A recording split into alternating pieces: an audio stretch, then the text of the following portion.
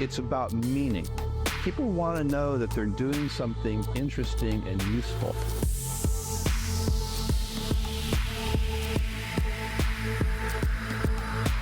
Seeing that enthusiasm, seeing that just fire. You really feel the passion, so amazing.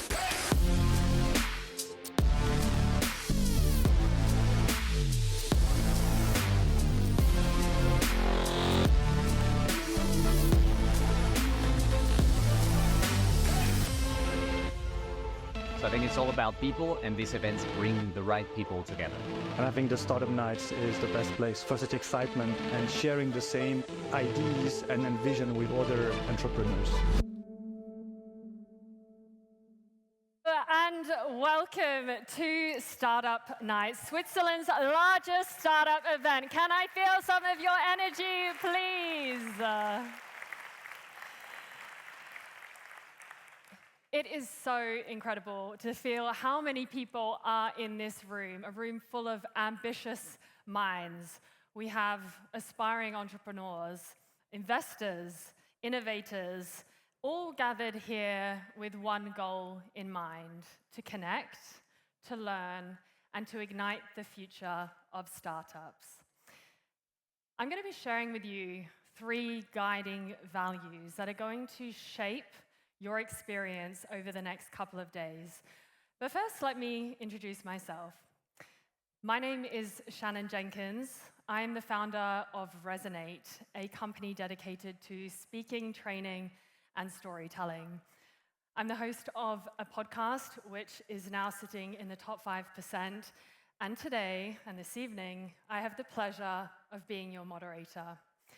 So what does that mean? In short, I will be up here introducing to you a lineup of incredible speakers who are going to be sharing some of their stories, their lessons, their hardships, all with the goal of inspiring us in this room. So those 3 values, what are they? Connection, innovation, and ambition. And with that, I want to tell you a little story, a bit of the history of Startup Nights, because it really illustrates what can happen when we come together as a team, driven in shared ambition and powered by innovative thinking. So back when Startup Nights began, it was only a few founders, and they came together really with one simple goal, and that was to share their challenges, to exchange their experiences, and to find support. And now if we go to 2017, this was the year when they held their first public event. And in the room were 400 people. The following year, 2018, that doubled to 800. The momentum, it was palpable, and the growth, absolutely undeniable. I don't know if any of you have heard this saying: if you want to go fast, go alone. But if you want to go far, go together. And go far we have. If we fast forward to 2021, 2022, the team here decided to expand their vision, to change location to where we are here, to switch the language to English, to go over 2 days, and to invest in some really key partnerships.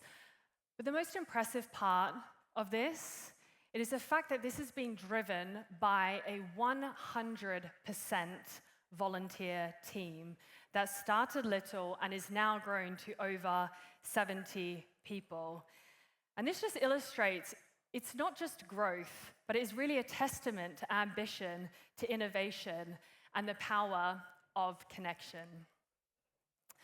Now, I suspect that some of you in this room have come here to network. I prefer something else, and that something else is connection. Networking, it's simply transactional, but what is transformative is connection.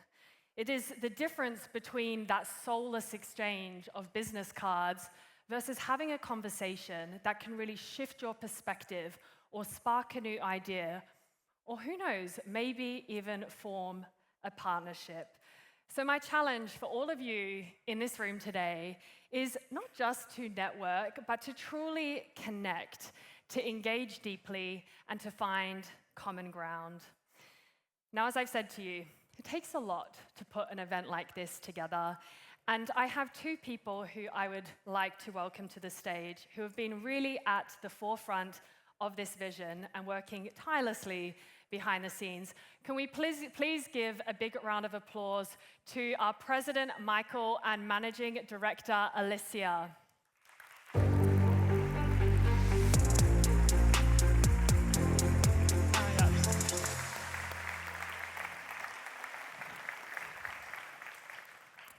Dear ladies and gentlemen, also from my side, a warm welcome to Winterthur, to Startup Nights 2024. I'm actually very thrilled to be standing here again for the first time in a row on this stage among so many inspiring people. As Shannon already said and introduced the first value to you with connection, I have the honor to speak about innovation. And innovation is actually a topic that means a lot to me myself. As a founder, I actually founded Kinestic a few years back together with my co-founder Jose, with whom I met actually during studies at the Zurich University of Applied Sciences here in Winterthur.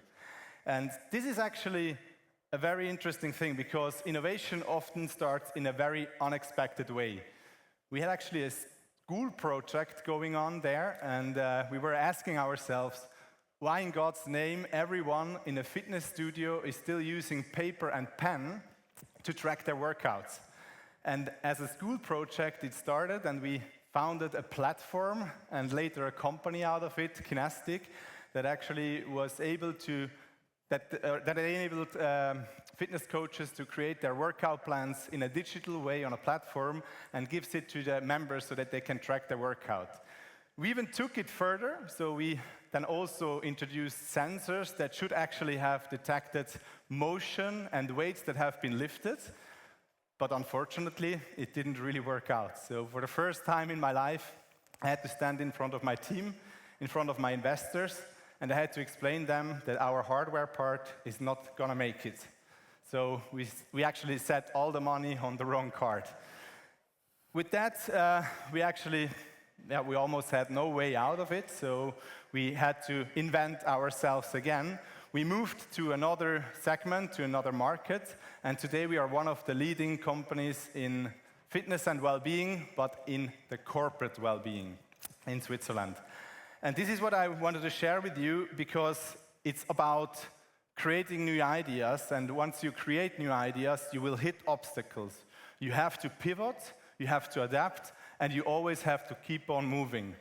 And this is my personal story that I wanted to share with you, and I want to encourage all of you, each and every one, please never stop, don't give up on innovation, because innovation is actually what drives the future of the economy, especially here in Switzerland. And I cannot say it enough, lots of people out there, they're only waiting to see you fail. And lots of people, especially also in my network, in my personal network, they often say, yeah, these startups, they just burn a lot of money and at some point they go bankrupt. It's a fact, lots of startups, they do go bankrupt, but what these people always forget, during the time when they were trying, they actually created jobs for lots of people, they created new innovations, and they actually drove the economy forward. And this is what I want to encourage all of you to do that. Don't be afraid of mistakes, don't be afraid of failures, and always keep on moving. And I want to share one last quote from one of my favorite series that I'm watching, Suits, from Harvey Specter. And he said, actually, if you're backed against the wall, don't stop and break the goddamn thing down. So there is always a way out in each and every situation. And with that, I would like to hand over to Alyssia, our CEO.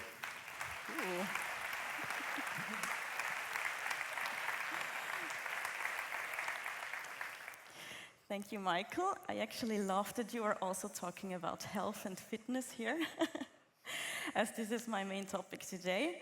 When I was thinking about ambition, there was one light bulb moment that came up into my mind that I was experiencing this year, and I would love to share it with you now. So as many of you may know, I'm quite passionate about sports, and I am very obsessed with CrossFit lately. So I go there regularly, and I am surrounded by wonderful people who are going there to stay healthy, to get fitter, but oftentimes also just to burn the calories that they had with their croissant that day. While this may be a good reason to work out, for me that was never enough. For me this is like a minimalist mindset, or a way where you can only achieve mediocrity. I went there to get stronger, to learn new skills, and to eventually be ready to compete in that sport.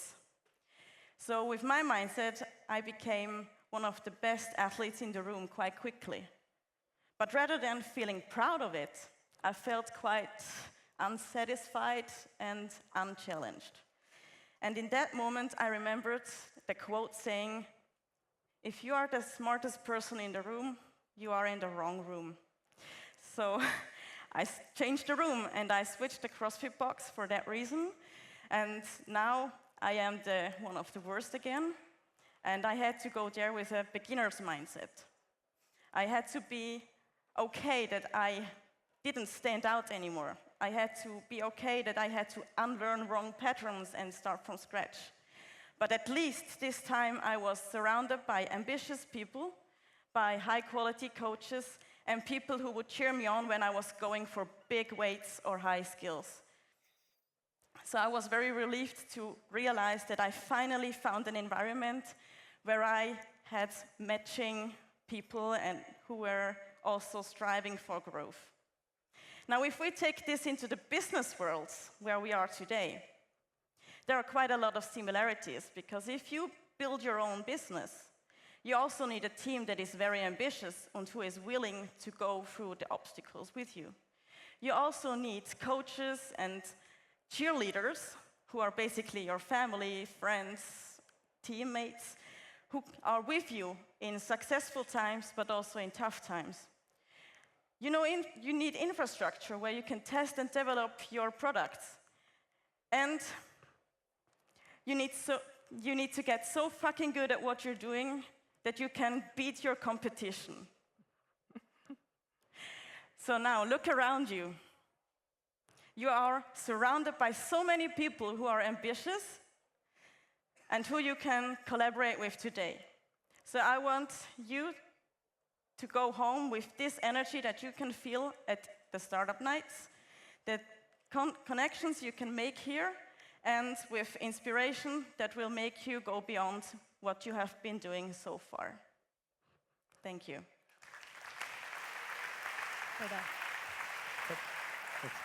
Thank you, Alyssia. I'm curious, if this is a room full of ambitious people, I want to see more of you in these first few rows, please. So come and occupy these seats.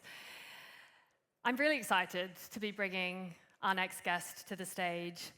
This man, he has been called the godfather of Swiss startups, a man who was already talking about venture capital, about innovation, and of course, about startups, while many of the founders in this room were still at school. A corporate lawyer by trade and a specialist in private equity, venture capital, and of course, startups, as I've mentioned.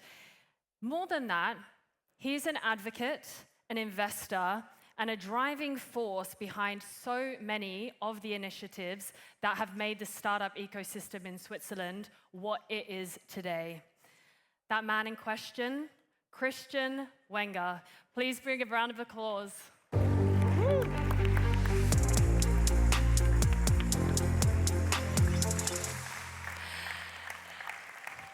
Thank you, Christian.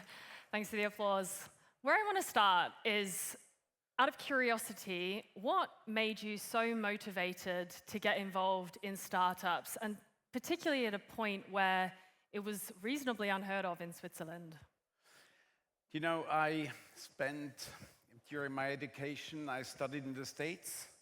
That was in 1996.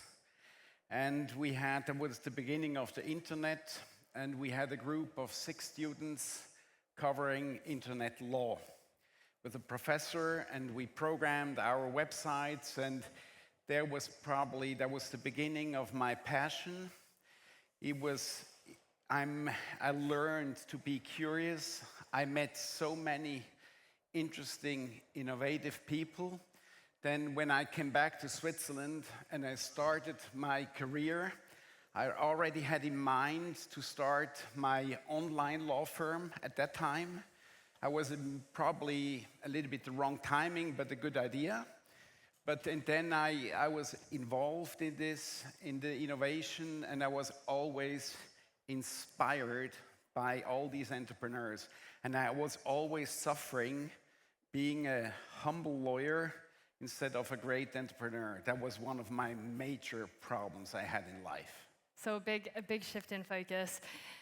Describe to us what it was like a few decades ago in terms of the startup scene here, and what are some of the major milestones that you were the most proud of? Okay, when we started, there was nothing.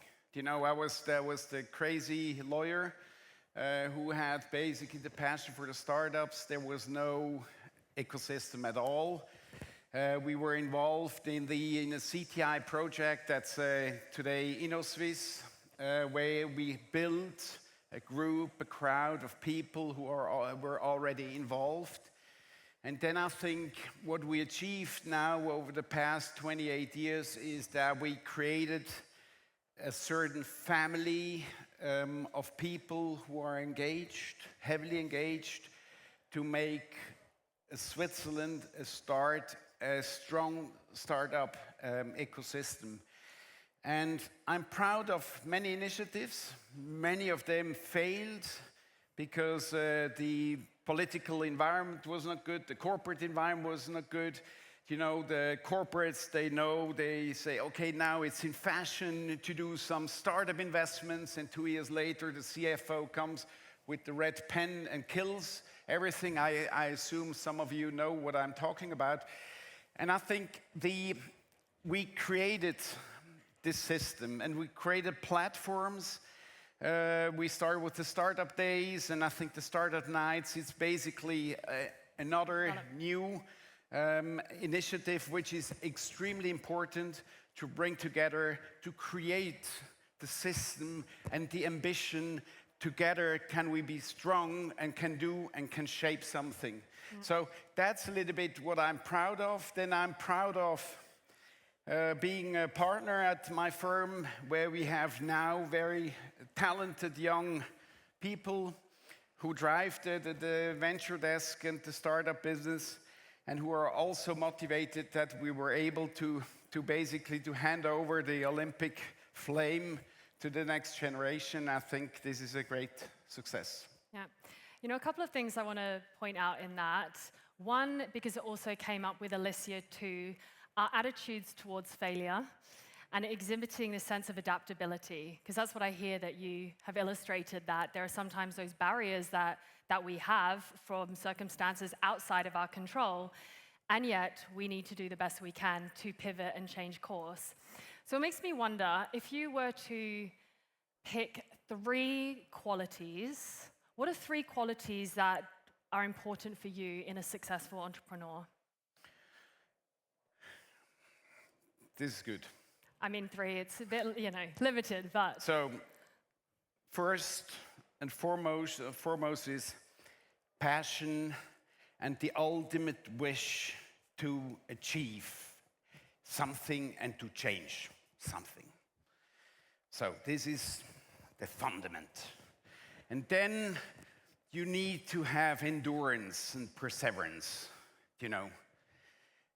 I started one of my startups where I'm still involved. I started in 1999, another one 2006 and 2011, and they're still on track, but it was a bloody, bumpy road. We had several times different phone calls talking about bankruptcy, talking to investors. We had situations where we talked to 300-400 investors. and we got always a no, no. You know, it can be very frustrating being a startup entrepreneur, but you know, at the end of the day, you just have to fight and to overcome obstacles. And then I think what is very important is luck. And luck is not something you can buy, you can get at the kiosk. Luck is something which is a consequence of a behavior, of a doing. So I think a good entrepreneur is a person who is engaged, does every day what she or he wants to do, and if she uses the brain, then the good consequence of luck, fortune, will be the next step. So passion, perseverance, and luck. Although what I'm hearing is that we make our own luck in some respects. We have to do it, we have to start taking action and moving in the direction that we want to go for the opportunities to come towards us as well. Absolutely. Let's come to present day. So what are some of the main hurdles that you see currently in Switzerland for founders? I mean, you know, again, we work since the past 3 decades on several issues. First and foremost, funding. I'm involved in all these funding initiatives, fighting with Swiss Federal Council, with the corporates, with the pension funds to really fund the system. I think there we have some definitely need for improvement. And I think the tax situation is, for the time being, not really attractive, neither for entrepreneurs nor for investors. I think there we have some improvements. Then I see some difficulties in scaling. You know, many of you startup entrepreneurs, you love your technology, you love your product, but you forget sometimes the market. So when bringing an idea to the unicorn, as mentioned Thomas Dübendorf this morning, this is at the end of the day, there is a market. And I think here we have some educational topics. And maybe one final point, and this is probably the most important point. We all have to be engaged politically. I don't say that you have to vote this or that party, but we have to engage. If we want to live in a prosperous environment, we have to have liberal framework. And we have a tendency on all wings of the political spectrum that government wants to rule. And I think a prosperous startup ecosystem needs liberal entrepreneurship. And we all together, and any of you is invited and forced on any level to be active. We have one exponent here of the Startup Nights, that's Rafi Tobler, who is engaged as politician, young. He founded this initiative. We have to support these people, and you have to do the same on your level, because only if we jointly do something, we can be successful. Just giving money out by the government, that can't be the solution. And I'm a messias that we all together think about that. We go home and say, hey, we have to do it. Mm-hmm. Something to take away there for people and a point to reflect on. I am curious about some of the hardships. And was there any point for you personally in your own journey, because I'm hearing all of the passion and the experience in this, but were there moments where you thought, I can't do this anymore, or I'm not willing to take this next step? And how did you overcome that, if so?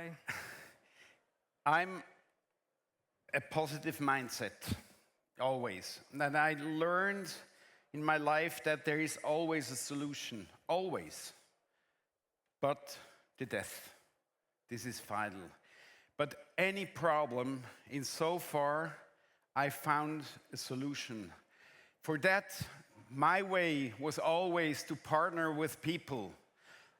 I'm partnering with people who are much more intelligent than I myself. But it helped me to overcome obstacles. And I never gave up. And in the most difficult times, I knew there is somewhere a solution, and it came up. And interesting enough, this is a rule which still applies. Absolutely. And it, in fact, links to one of the themes, that of connection as well, realizing you can't do everything alone, you have to have the right people. And it does make me think of something that I read from you, Christian, which was, you once said people, let's say, spend too much time or over-focus on the product or the service that they are creating or have to offer, and don't spend enough time considering who are the people around them, who is the team. Is that something you still agree with? I would say focus on the product. Yes, I think team building is an issue. Having the ability to realize where is one's or his or her particular strength and find the complementary puzzle part. I think here my recommendation is be humble and accept people who are stronger than you. I think here we certainly have, I discuss a lot with entrepreneurs, you know, and this is a difficult discussion because the entrepreneur wants to be the CEO, and sometimes he's just not, or she's just not the right one. That's the people part. Then product. Start to think of the market and then construct the product, and don't construct the product and search for a market. Because this is there, most people die because they have beautiful products, and they develop, but at the end of the day, they don't know where the market is. I had a tour with my dear friend Roger, who is also somewhere in the crowd. We visited all the Swiss, plus minus all Swiss relevant drone companies. And all these drone companies, they have beautiful products, but all struggle with the market. Interesting enough. Good companies, they have some level of sales, but they do not scale and grow rapidly. So for me, it was an interesting experience. And I just want to push you towards, think of the market. Who is the market? Talk to future customers. You know, be sure that there is already something instead of doing the other way around. Great advice, super simple. Let's go to looking out to the future now to finish up. What are some of the changes? What do you hope to see happen, in fact, in the startup landscape in Switzerland for, let's say, 10 years to come? Okay, we have seen, we had 2022, 4 billion of startup funding. Last year it was decreased, it was 2.5 billion.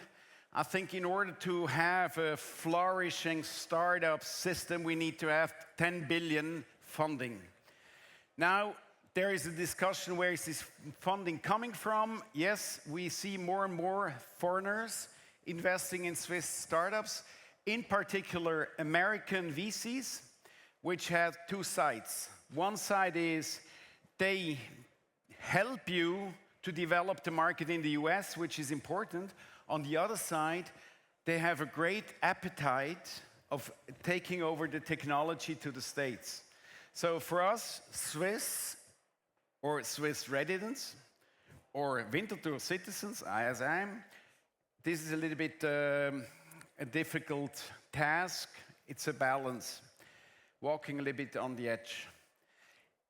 What I want is that without changing laws, we can attract pension funds to invest more in startups, not thinking that a startup is a loss-making, foolish hobby of a couple of crazy people, but an interesting asset class.